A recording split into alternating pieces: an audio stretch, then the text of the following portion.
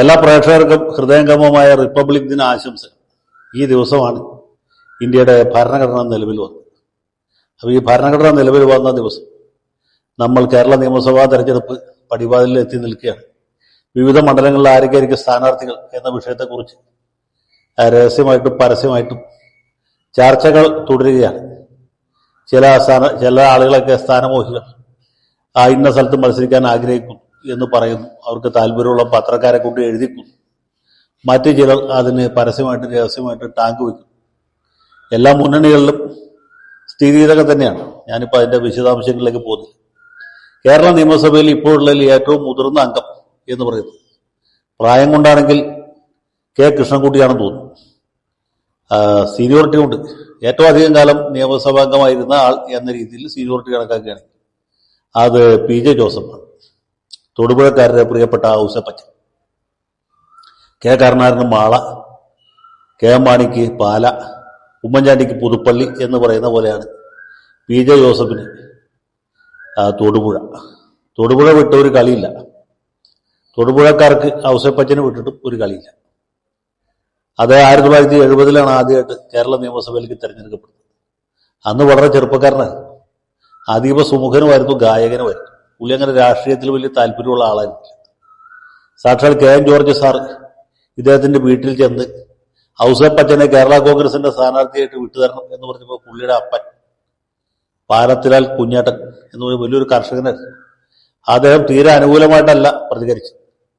വളരെയധികം എതിര് പറയുകയും ചെയ്തു. പക്ഷെ കാലദോഷം കൊണ്ടോ എന്തോ ഔസേപ്പച്ചന് രാഷ്ട്രീയത്തിലേക്ക് പോകാനാണ് താല്പര്യം തോന്നിയത്. അങ്ങനെ എം എ കാരനും സുന്ദരനും സുമുഖനും ഗായകനും സർവോപരി വളരെ സമ്പന്നനുമായ ഔസേപ്പച്ചൻ എന്ന് പറഞ്ഞ ചെറുപ്പക്കാരൻ കേരള കോൺഗ്രസ് സ്ഥാനാർത്ഥിയായിട്ട് കുതിര അടയാളത്തിൽ തൊടുപുഴ മത്സരിച്ചു. അന്ന് തൊടുപുഴ എറണാകുളം ജില്ലയിലാണ്, ഇടുക്കി ജില്ല വന്നിട്ടില്ല. ആരോ ഭാഗ്യം കൊണ്ട് പുള്ളി ജയിച്ചു. അങ്ങനെ MLA ആയി 77 വീണ്ടും ജയിച്ചു. അവിടെ കേരള കോൺഗ്രസ് പിളർന്ന് മാണി ഗ്രൂപ്പായി.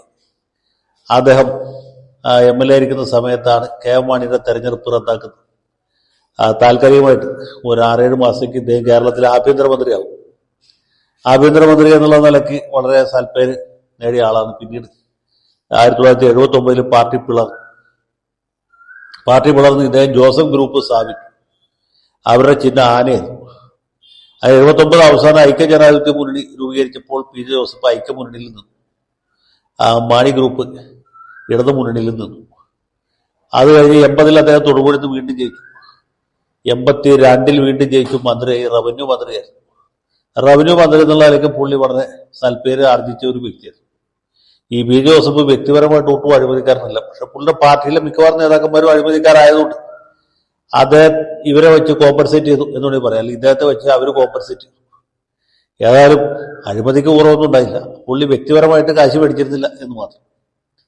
അദ്ദേഹം വീണ്ടും 87 വിജയിക്കുന്നു. ആ സമയത്താണ് മൂവാറ്റുപുഴ പാർലമെന്റ് സീറ്റിനെ കുറിച്ച് ഒരു തർക്കം ഉണ്ടാവുകയും പുള്ളി 89 അവിടെ മത്സരിക്കുകയും പരാജയപ്പെടുകയും അതേ തുടർന്ന് ഐക്യമുന്നണി വിട്ടുപോവുകയും ചെയ്തു. അത് കഴിഞ്ഞ് 91 വീണ്ടും പുള്ളി മൂവാറ്റുപുഴ മണ്ഡലത്തിൽ പാർലമെന്റിലേക്ക് മത്സരിച്ചു, തോറ്റു. അങ്ങനെ ആ ഒരു സമയത്താണ് പുള്ളി ആദ്യമായിട്ട് നിയമസഭയിൽ ഇല്ലാതെ പോയത്. 91 മുതൽ 96 വരെയുള്ള സമയത്ത് പി ജോസഫ് കേരള നിയമസഭയിൽ ഇല്ലായിരുന്നു. അതാണ് ആദ്യത്തെ ബ്രേക്ക്. 96 വീണ്ടും തൊടുപുഴയിൽ നിന്ന് ജയിക്കുന്നു. PWD മന്ത്രിയാവും. PWD വിദ്യാഭ്യാസം ഉണ്ടാകും. രണ്ടും കനപ്പെട്ട വകുപ്പുകളാണ്. അദ്ദേഹം വളരെയധികം വികസന പ്രവർത്തനങ്ങൾ തൊടുപുഴയിൽ നടത്തി. തൊടുപുഴയിൽ അതിനു മുമ്പോ അതിന് ശേഷമോ ആരും ചെയ്യാത്ത രീതിയിൽ, അല്ലെങ്കിൽ ഒരു മണ്ഡലത്തിലും ഒരാളും അതിനു മുമ്പ് ഒരിക്കലും ചെയ്യാത്ത രീതിയിൽ, അതിന് ശേഷവും ഒരാൾക്ക് ചെയ്യാൻ പറ്റാത്ത രീതിയിലുള്ള വികസന പ്രവർത്തനം തൊടുപുഴ മണ്ഡലത്തിൽ നടപ്പാക്കി. തൊടുപുഴയിലെ എല്ലാ സ്കൂളിലും പുള്ളി +2 അനുവദിച്ചു. തൊടുപുഴയിലെ എല്ലാ റോഡുകളും കോൺക്രീറ്റോ അല്ലെങ്കിൽ അതിനേക്കാൾ മെച്ചപ്പെട്ട സംവിധാനങ്ങളോ ഒരുക്കി.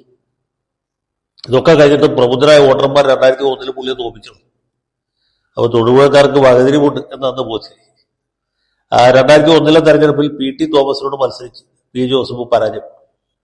പിന്നെ വേറെ ഏതെങ്കിലും നേതാക്കന്മാരാണെങ്കിൽ ദുഃഖിച്ചാൽ മനസ്താപം അനുഭവിച്ചാലും. പക്ഷേ പി ജോസഫിന് ഇതൊന്നും പ്രശ്നമില്ല. പുള്ളിക്ക് ജയിച്ചാലും തോറ്റാലും ഒരുപോലെയാണ്, യാതൊരു മാറ്റവും ഇല്ല. അദ്ദേഹം കൃഷിയും മൃഗപരിപാലനവും ഒക്കെ ആയിട്ട് സന്തോഷമായിട്ട് ജീവിച്ചു. പിന്നെ പാട്ടും ഉണ്ടായിരുന്നു. പാട്ട് വിട്ടിട്ട് ഒരു കളിയുമില്ല. അങ്ങനെ പാട്ടുപാടി 5 കൊല്ലം കഴിച്ചു കൂട്ടി അടുത്ത തെരഞ്ഞെടുപ്പ് അദ്ദേഹം വീണ്ടും തൊടുപുഴ മത്സരിച്ചു. ജയിച്ചു, മന്ത്രിയായി. അപ്പോഴാണ് ഈ വിമാന വിവാദമൊക്കെ ഉണ്ടാകുന്നത്. 100 ദിവസം തേക്കുന്നതിന് മുമ്പ് രാജിവെക്കണം. പിന്നീട് ക്രിമിനൽ കേസിൽ കോടതി വെറുതെ വിട്ടപ്പോൾ വീണ്ടും വീണ്ടും മന്ത്രിയായിരിക്കുന്ന സമയത്ത് KM മാണിയുമായിട്ട് കേരള കോൺഗ്രസ് പുനരേകീകരണം നടത്തി. മന്ത്രിസ്ഥാനം രാജിവെച്ചു.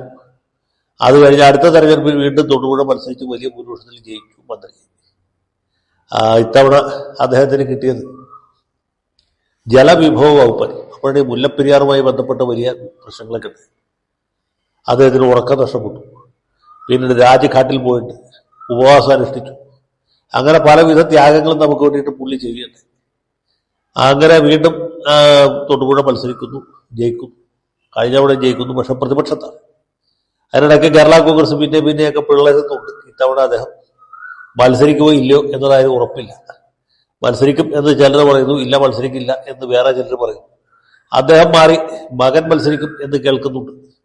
അതിന് സ്ഥിരീകരണമൊന്നുമില്ല. മകൻ മത്സരിക്കുന്നതിനെ എതിർക്കുന്നവരുണ്ട്. കേരള കോൺഗ്രസ് പാർട്ടിയിൽ മക്കളാധിപത്യം പറ്റുകയില്ല, കുടുംബാധിപത്യം പറ്റുകയില്ല, മക്കളുടെ രാഷ്ട്രീയം പറ്റില്ല എന്നൊക്കെ പറയുന്നവരുണ്ട്. അതിൽ യാതൊരു കഥയുമില്ല. KM ജോർജിന്റെ മകൻ രാഷ്ട്രീയത്തിലുണ്ട്, KM മാണിയുടെ മകനുണ്ട്, R ബാലകൃഷ്ണപിള്ളയുടെ മകനുണ്ട്, ഈവൻ PC ജോർജിന്റെ മകൻ വരെയുണ്ട്. എനിക്കൂടെ തോമസ് ഉണ്ണിയാറിന്റെ മകൻ മാത്രം ഈ കേരള കോൺഗ്രസ് പാർട്ടിയിൽ ഇതുവരെ രാഷ്ട്രീയത്തിൽ വരാതെ ബാക്കിയുള്ളൂ. അത് നാളെ മറ്റന്നാളെ വരാൻ പാടില്ലായ ഒന്നുമില്ല. അപ്പൊ ഇതാണ് കേരള കോൺഗ്രസിന്റെ ഒരു സാധാരണ രീതി എന്നുള്ളതുകൊണ്ട് PJയുടെ മകൻ വന്നാലും തൊടുപുഴക്കാർ രണ്ട് കൈ തെറ്റി സ്വീകരിക്കും എന്നുള്ള കാര്യത്തിൽ അത് സംശയമില്ല.